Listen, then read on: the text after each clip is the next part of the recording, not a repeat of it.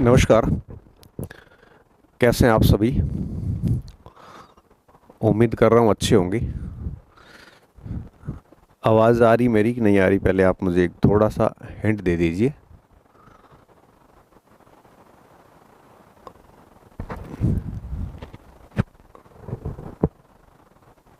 आवाज़ एक बार चेक कर लेना।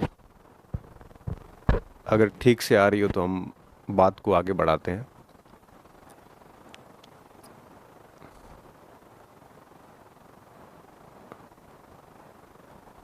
एक बार थोड़ा सा आपसे अनुमति चाहेंगे। नमस्कार।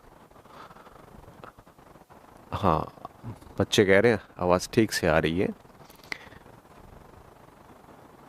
अगर आवाज़ ठीक आ रही है तो हम बात को शुरू करें। Good evening.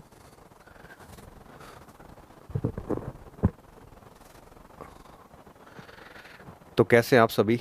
उम्मीद कर रहा हूँ आपकी तैयारी बेहद अच्छी चल रही होगी, क्योंकि जनवरी में आपकी परीक्षा है और अब लगभग मोटा मोटा एक महीना शेष बचा है। तो एक महीना शेष बचता है तब चीज़ें बहुत बदल जाती हैं, क्योंकि इतने महीने से जो तैयारी करते आ रहे होते हैं उसको लास्ट महीने में एक अंतिम रूप देने की प्रक्रिया शुरू हो जाती है। तो अभी इस समय ऐसी उम्मीद कर रहा हूँ कि बढ़िया तैयारी होनी चाहिए आपकी। और फिर भी अगर नहीं है तो थोड़ा सा आ, मुझे लगता है कि दिक्कत वाला मैटर है, क्योंकि ऐसे समय में आप बाहर हो जाएंगे कंपटीशन से। अगर बहुत बढ़िया तैयारी भी की है ना आगे 5-6 महीने से, और लास्ट महीने अगर आप गंभीर नहीं होते हैं तो निश्चित तौर पे आप बाहर होने के हालात उत्पन्न कर लेंगे। इसलिए मैं आप सभी विद्यार्थियों से कहूँगा कि आखिरी महीना अच्छे से यूटिलाइज करिए। आ, ये मत सोचिए इस समय कि सीट कितनी है, क्योंकि आपके सोचने से न सीट बढ़ेगी और न ही आपके अंक बढ़ेंगे। अब लास्ट महीना ये सोच के कर लीजिए कि मैं मेरा 100% दे दूंगा और फिर जो भी रिजल्ट होगा वो स्वीकारेंगे। इसके अलावा आपके अब नए सेटर आ चुके हैं, तो निश्चित तौर पे पेपर का स्तर बढ़िया आने वाला है। और जब पेपर का स्तर बढ़िया आता है तो कट ऑफ इस तरह से 80% वाली सीमा को टच नहीं करती है। दूसरी बात, पटवार ग्राम सेवक के सिलेबस में और इसके सिलेबस में भी बहुत फ़र्क है। आप सोचिए, इसमें साइकोलॉजी से लेके टीचिंग मेथड से लेके बहुत सारी चीज़ें ऐसी हैं जो आपके आ, अच्छा, क्लास रुक गई है क्या? हाँ, बहुत सारी चीज़ें ऐसी हैं जो आप यूँ समझ लीजिए कि डिफरेंट है पटवार ग्राम सेवक से। तो वहाँ कई सारी एनालिटिकल क्वेश्चंस भी आते हैं। तो निश्चित तौर पे इनकी कट ऑफ को देख के आप बिल्कुल अपना ध्यान भ्रमित ना करें। एक अच्छा विद्यार्थी, एक चयन वाला विद्यार्थी जो होता है, वो कभी इन चीज़ों की ओर ध्यान नहीं देता। उसके दिमाग में केवल एक ही बात होती है कि 17 तारीख से परीक्षाएं हैं और एक महीने को मैं अधिकतम यूटिलाइज कैसे करूं। बस इस थॉट को ही वो दिमाग में रखते हैं। इससे ज़्यादा कुछ भी नहीं सोचते, क्योंकि इससे ज़्यादा जितना सोचोगे उतना आप है वो पीछे रहोगे। अध्यापक का थर्ड ग्रेड सिलेबस जो है वो कितना वेरिएशन है। हो ही नहीं सकता कि आप, ठीक है, एक दो बच्चे 80% लाए, वो अलग बात है, कट ऑफ नहीं रह सकती। और कट ऑफ आपके सोचने से और दूसरी परीक्षाओं के देख के तय नहीं होती, बल्कि ये इन बातों पे तय होती है कि वास्तव में पेपर का लेवल कैसा था। तो मैं आप सभी स्टूडेंट से कहूँगा कि इतना ज़्यादा ना सोचिए और लास्ट एक महीना भरपूर तैयारी कीजिए। जितना समय आप अधिकतम अपना समय सिलेबस को दे सकते हो दीजिए। इसी में आपका कल्याण है, इसी में आपकी भलाई है। अगर आपकी पढ़ाई में ब्रेक आ गया है तो आज से ही वापस शुरू करिए, किताबें वापस उठाइए और ये टारगेट लीजिए कि टिल एग्ज़ाम एक बार सिलेबस को हम ढंग से पूरा करेंगे। ढंग से पूरा करने का सीधा सीधा मतलब ये होता है कि throughout, line to line, जो आपने पढ़ा था उसको सारा वापस पढ़ेंगे। इस मेंटलिटी के साथ, इस मानसिकता के साथ कि हमारा चयन नहीं होगा, बस हमें अपना बेस्ट देके देखना है कि हम चयन से दूर कितने हैं। और अगर चयन हो जाता है तो बहुत बढ़िया बात है। बाय द वे नहीं भी होता है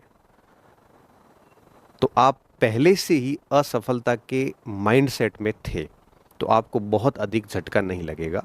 निश्चित तौर पे सीट कम है, 7,500 के आसपास सीट है, तो बाकी बच्चे असफल ही होंगे।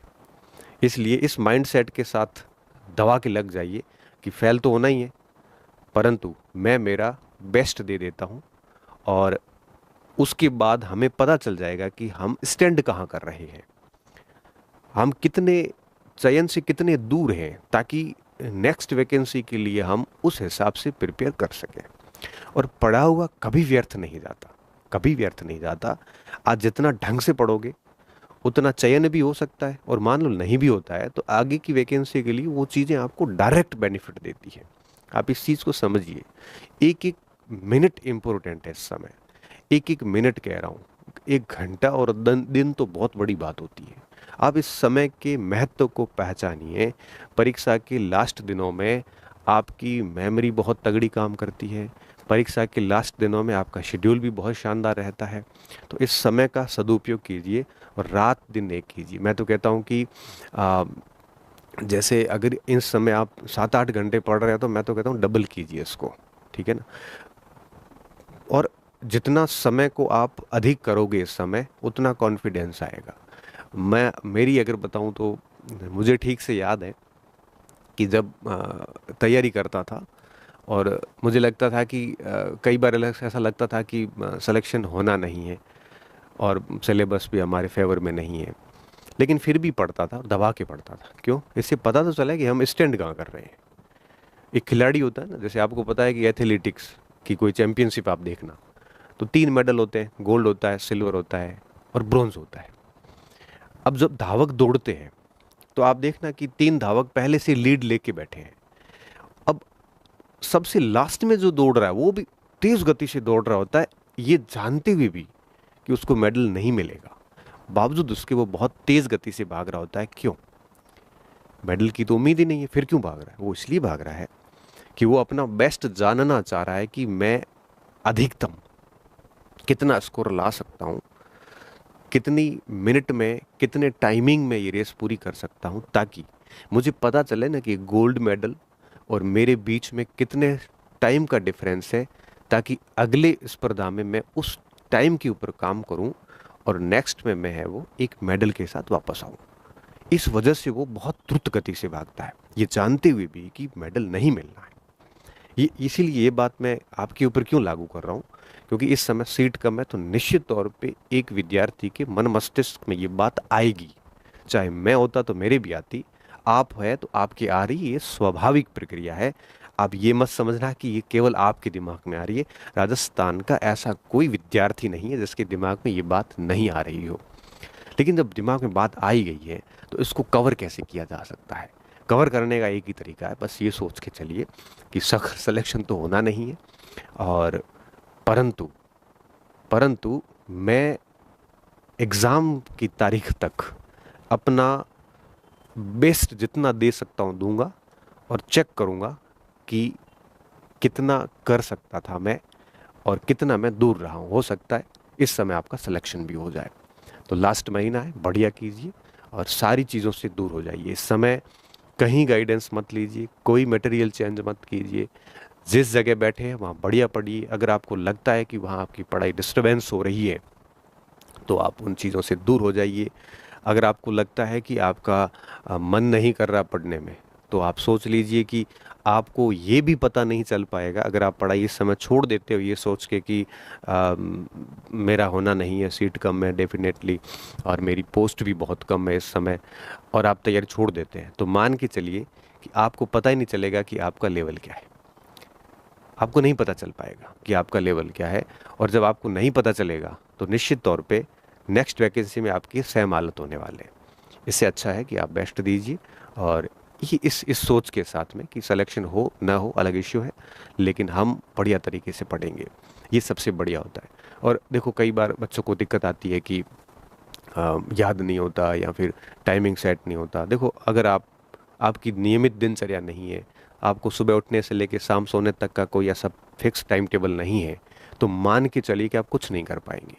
कुछ भी नहीं कर पाएंगे। इसलिए सबसे अपने आप को पहले व्यवस्थित कीजिए बढ़िया तरीके से सुबह से शाम तक, और फिर बढ़िया सा एक शेड्यूल बनाइए और कोशिश करिए कि लास्ट एग्ज़ाम तक आप 2 बार सिलेबस को ठीक तरीके से पढ़ लें। अगर याद नहीं भी हो रहा है तो कोई इशू नहीं है, क्योंकि एग्ज़ाम हॉल में 4 विकल्प देख के भी हम चीज़ों को ठीक कर सकते हैं, ठीक किया जा सकता है, क्योंकि पेपर के अंदर कई बार ऑप्शन से उत्तर निकल जाता है। तो कोशिश ये करिए कि याद नहीं भी हो रहा है ना, तब भी 2 बार पढ़ के जाइए। पाठ्यक्रम का पूरा हिस्सा पढ़िए, छोड़िए मत कि आप कई बार छोड़ देते हो कि ये 10% छोड़ दूंगा, ये मैं कर लूँगा, ये मुझे आता है। ऐसा ऐसा मत करिए। अगर ऐसा करोगे तो आपका कॉन्फिडेंस कभी नहीं आएगा। आत्मविश्वास कब आता है? जब हम पूरा सिलेबस पढ़ते हैं और 2-3 बार ढंग से पढ़ते हैं और बहुत अच्छे से प्रैक्टिस करते हैं, तभी कॉन्फिडेंस आता है, अन्यथा कॉन्फिडेंस नहीं आ पाता। तो कोशिश करिए कि सारा सिलेबस पढ़ो, 2-3 बार ढंग से उसका रिवीजन, अब अगर 2 बार कर पाते हो तो 1 महीना रहा हुआ कर सकते हो। और इसके साथ साथ में आप ये भी कोशिश करिए कि हर दिन 1 आधा घंटा आपके पुराने पेपर जितने भी आते हैं उनको ठीक से प्रैक्टिस करिए, तो इसका बहुत फ़ायदा होने वाला है आपको। अब मैं आपके कुछ प्रश्न देख लेता हूँ। सर जी, पेपर बनाने वाले पैनल बदल गया, उसका कुछ फ़र्क पड़ेगा? डेफिनेटली पड़ेगा। नए पैनल आते हैं तो अच्छे लेवल के पेपर बनेंगे, अच्छा प्रश्न बनेगा, डिलीट वाले प्रश्न नहीं आएंगे, ऐसे विवादित प्रश्न नहीं होंगे, बहुत कम होंगे। तो डेफिनेटली आपको उसका फ़ायदा मिलने वाला है।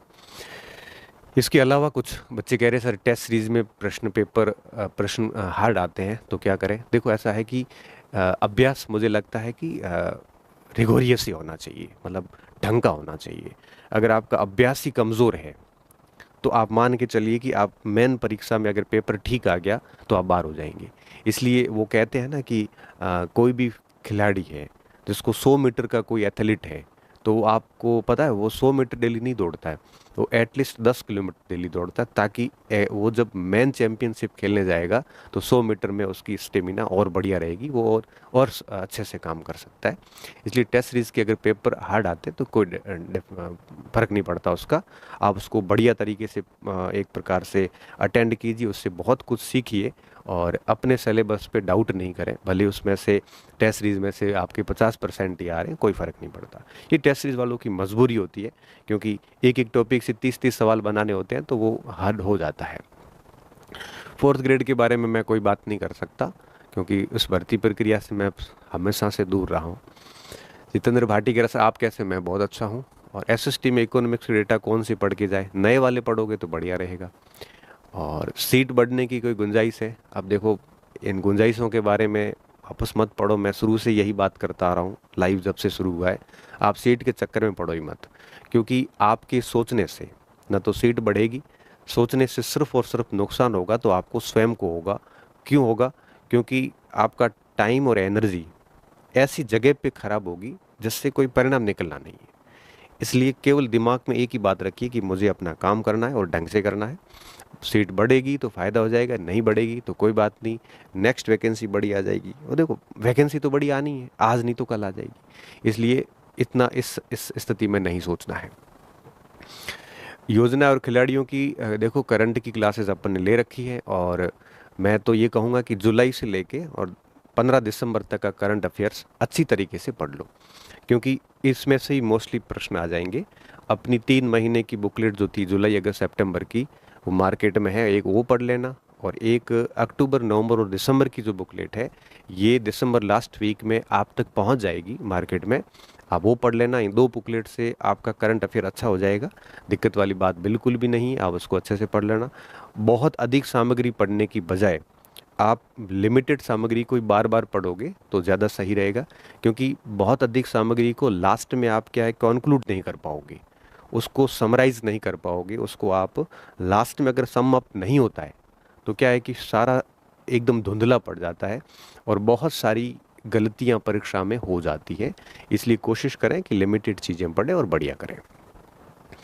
टारगेट लेके कितना स्कोर करें? देखो, मैं तो आपको एक बात कहता हूँ कि कभी भी प्री टारगेट लेके परीक्षा हॉल में नहीं जाना चाहिए कि मैं इतने मार्क्स लेके आऊँगा, मैं 300 में से 270 लाऊंगा। देखो, ऐसा कभी टारगेट, ये मूर्खता होती है। क्यों? क्योंकि देखो, अगर आपको आ रहा है तो 300 में से 300 कर लोगे, अगर नहीं आ रहा है तो 150 भी नहीं आएंगे, फिर टारगेट क्यों लेना? बेस्ट ये होता है कि परीक्षा हॉल को अच्छे से मैनेज कर लो और 185 प्रश्नों को बढ़िया से देख लो, जो आ रहे हैं उतने कर लो ढंग से, थोड़ा रिस्क भी ले लो, और जो बेस्ट स्कोर होगा आप जिसके लायक है वो आपका स्कोर हो जाएगा। टारगेट क्यों लेके जाना, क्यों आपको ये सुनना होता है किसी से कि सर कट ऑफ कितनी रहेगी। देखो, पेपर के लेवल पे डिपेंड करेगा, बच्चों की तैयारी पे डिपेंड करेगा कि कट ऑफ कितनी रहेगी। किसी भी प्री टारगेटेड स्कोर के साथ कभी एग्जाम हॉल में मत जाना, इस बात की बड़ा हमेशा ध्यान रखना, क्योंकि प्री टारगेटेड के साथ जाओगे, पेपर लीक से हटके आ गया, उतने स्कोर के चक्कर में अधिक अटेंड करोगे और बाहर हो जाओगे। इससे बेस्ट क्या होता है, आप ये सोच के जाओ कि अपना बेस्ट देंगे एग्जाम में, जो स्कोर होगा वो अपना उत्तम स्कोर है, अपन उतने ही के ही लायक थे। 300 में से भले 280 हो चाहे 180 हो, इसलिए आपको इस चीज़ के ऊपर ज़्यादा नहीं सोचना है। इसके अलावा कुछ बच्चे कह रहे हैं कि आप है वो एक साथ 2 या 3 एग्ज़ाम की तैयारी करनी चाहिए कि नहीं चाहिए। देखो, अब तो ये विषय अपना नहीं है, लेकिन हाँ, अगर आपके पास में खूब सारा टाइम पड़ा हो 2-3 साल का, तो आप कर लीजिए। लेकिन परीक्षा अगर 5-6 महीने बाद है आपकी, तो मुझे लगता है कि एक ही परीक्षा पे फोकस करोगे तो वो ज़्यादा आपको फ़ायदा देगा। रिवीजन की स्ट्रेटजी वगैरह कुछ नहीं होती है, आप बढ़िया से पढ़ोगे तो रिवीजन अपने आप हो जाएगा। देखो, सारी समस्याओं की जो समाधान है वो है आपका ठीक से बैठना। अगर आप 12-13 घंटे पढ़ना शुरू कर दोगे ना आज से, तो आपके दिमाग में प्रश्न नहीं आएंगे। और अगर आप सोच रहे हो कि पढ़ाई हो नहीं रही है, ऐसे देखो, मैं कई बार स्पीचेस में बोलता हूँ कि जिन बच्चों के दिमाग में बहुत ज़्यादा प्रश्न आते हैं, साफ मतलब है कि वो पढ़ नहीं रहे हैं। और जिनके दिमाग में प्रश्न नहीं आ रहे फालतू के, साफ मतलब है कि वो बढ़िया से पढ़ रहा है। तो जैसी पढ़ाई शुरू करोगे, घुसोगे अंदर, 5-6 दिन बढ़िया तरीके से पढ़ोगे, तो उसके बाद ये सारे प्रश्न गायब हो जाएंगे कि कट ऑफ क्या है, मुझे कितना करना है। एक अच्छा विद्यार्थी होता है जो कुछ भी नहीं सोचता और सिर्फ ये सोचता है कि सिलेक्शन होना नहीं है, लेकिन ताकत लगा के देखते हैं कि हम कितने के लायक हैं। इस समय हम कोई मॉडल पेपर नहीं निकालेंगे। स्पेशल एजुकेशन के फार्म अगर आपने भर लिए हैं तो वापस ले लो, क्योंकि अभी तक उसमें कोई सीट है नहीं, और रखते भी हो तो भी मुझे लगता है कोई दिक्कत नहीं है। बाकी एक बार और आप गाइड पढ़ लेना, उसकी गाइडलाइन जो भी है उससे पता चल जाएगा। 4 सालों से तैयारी कर रहा हूँ, नंबर कम आ रहे हैं। देखो, मैं तो कह रहा हूँ टेस्ट सीरीज मार्क्स देखने या रैंक देखने के लिए हम नहीं देते हैं। टेस्ट सीरीज का हमारा सिर्फ उद्देश्य इतना होता है कि हम है वो नियमित बने रहें, हम परीक्षा हॉल में कम से कम एरर करें और टाइम मैनेजमेंट कैसे करें ताकि समय पे हम पेपर को अच्छे से कर सकें। ठीक है, इसलिए जो स्कोर हो रहा है उसको मत सोचिए इतना। अभी मैं आपको एक एग्जांपल देता हूँ कि अभी इसका पटवारी का रिजल्ट आया, तो एक टेस्ट सीरीज चली थी, उसमें मैंने देखा कि एक बच्चे का मेरे पास मैसेज रहता है कि सर, जो टॉप बच्चे थे उनमें अगर उनका आप देखते हैं, हमारे साथ में 10-20 लोग तैयारी करने वाले थे, उनका टेस्ट सीरीज में स्कोर बहुत शानदार आता था, 300 में से 280-90। और अब स्थिति ये है कि इस बार जब रिजल्ट आया तो मैं उनसे आगे और वो मेरे पीछे, जबकि टेस्ट सीरीज में हम कभी भी उनसे आगे नहीं जा पाए। इसलिए टेस्ट सीरीज के स्कोर को आप ये ना सोचे टॉप करने वाले परीक्षा में सिलेक्शन कर लेंगे, कोई गारंटी नहीं है। और हाँ, और जिसके मार्क्स कम आ रहे हैं वो भी ये ना सोचे कि मैं बाहर हो गया हूँ, ये सब फालतू की बातें हैं। आप सिर्फ इतना ध्यान दीजिए कि अपना बेस्ट करते जाओ, बस इससे ज़्यादा नहीं सोचना आपको। परीक्षा का 1 महीना शेष बचा है। सर जी, अब एसएसटी का ऑनलाइन कोर्स लाओ 2027 वाली रीट के लिए, वो करेंगे, जनवरी फरवरी के बाद करेंगे, उसको भी करेंगे। सर, कम सीट देकर हाइपरनेस बढ़ जाती है, कभी कभी सिर भारी रहता है, मेंटली प्रिपेयर कैसे करें सर? इसका जवाब मैं पीछे दे चुका हूँ। आप पूरा वीडियो सुनोगे तो आपको इस प्रश्न का ढंग से जवाब आपको मिल जाएगा। आज काफ़ी दिन बाद मैं लाइव रहा हूँ, मुझे लगता है कि सक्सेस पॉइंट पे लास्ट लाइव 1-1.5 साल पहले आया था, तो अभी कभी शायद बच्चों का मन था कि एक बार लाइव आया जाए। तो अगली वैकेंसी कब आएगी, अगली जब भी आएगी बड़ी वैकेंसी आएगी, मुझे लगता है 26 के अंदर लास्ट में या 27 स्टार्टिंग में अच्छी वैकेंसी देखने को मिल सकती है। ये छोटी वैकेंसी है तो आगे बढ़िया अच्छी वैकेंसी आएगी। टेस्ट देने चाहिए या नहीं देने चाहिए, देखो मेरा तो अब ये मानना है कि लास्ट महीना व्यक्ति को, बच्चे को खुद को देना चाहिए। किसी टेस्ट सीरीज, कोचिंग सेंटर वगैरह पे थोड़ा दूर रह के सारा टाइम खुद को देना चाहिए, ऐसा मैं मानता हूँ। तैयारी गुरुजी अच्छी है, डर लग रहा है। डर लगना चाहिए। देखो, डर नहीं लगेगा तो गंभीरता नहीं रहेगी। आप लापरवाह हो सकते हैं, आप ओवर कॉन्फिडेंट हो सकते हैं, आप परीक्षा में तैयारी में गलतियां कर सकते हैं। इसलिए डर रहना चाहिए। डर भय बिन प्रीत नहीं। जितना डर होगा उतना ही आप अच्छे से काम करोगे और धरातल पे रहते हुए करोगे, तय बात है। अब तो आप बहुत मोटे हो गए। हाँ, मोटा तो मैं हो ही गया। आप लोगों का प्रेम मेरे ऊपर बरस रहा है इतनी मात्रा में, तो क्यों नहीं होगा मोटा। सेकंड ग्रेड पे मैं अलग से बात करूँगा उसके लिए, और पूरी डिटेल से बात करूँगा।